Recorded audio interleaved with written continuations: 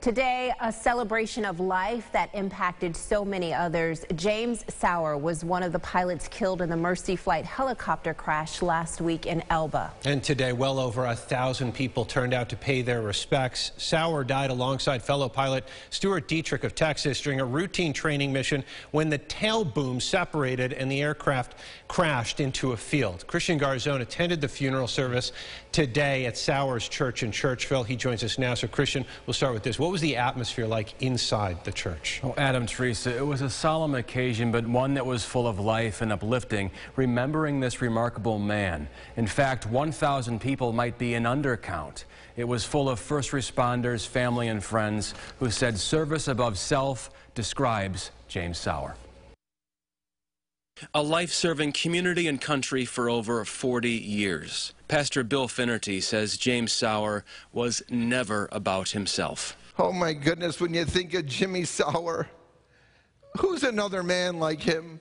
Sauer had a distinguished career as a soldier, a policeman, a fireman, piloting all kinds of aircraft at home and abroad. Chief Warrant Officer Bill Acousti was on Sauer's final National Guard mission when he logged 6,000 flight hours in 2020. If people emulated somebody like Jim Sauer, this would be a much better world, that's for sure. After he hung up his uniform, he still continued to fly on medevac missions, most notably Mercy Flight. Here's his niece, Shelley Deigler. If Jim's life had to be captured in a single word, it would be service. Service to his country and local community. Giving back however he could, wherever he was. Close friends say Sauer was the same man no matter who he was with. Jim Sauer was the very best that this culture could produce. Yeah, he had a great impact. His passion for others, his passion for the Lord, and it was evident in the way he lived his life.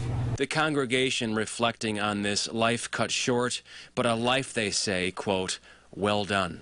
His sister sang the light he left an inspiration and a call of duty to the community. Your love is still our guide, and though we cannot see you, you are always at our side. And a giant procession led by state police took Sauer to his final resting place. His wife did not speak today, still trying to cope with the tragedy of last week. Adam, Teresa, right back to you. One can only imagine. What a loss. Christian, thank you. The cause of the helicopter crash is still under investigation. The NTSB and the FAA are both looking into that cause.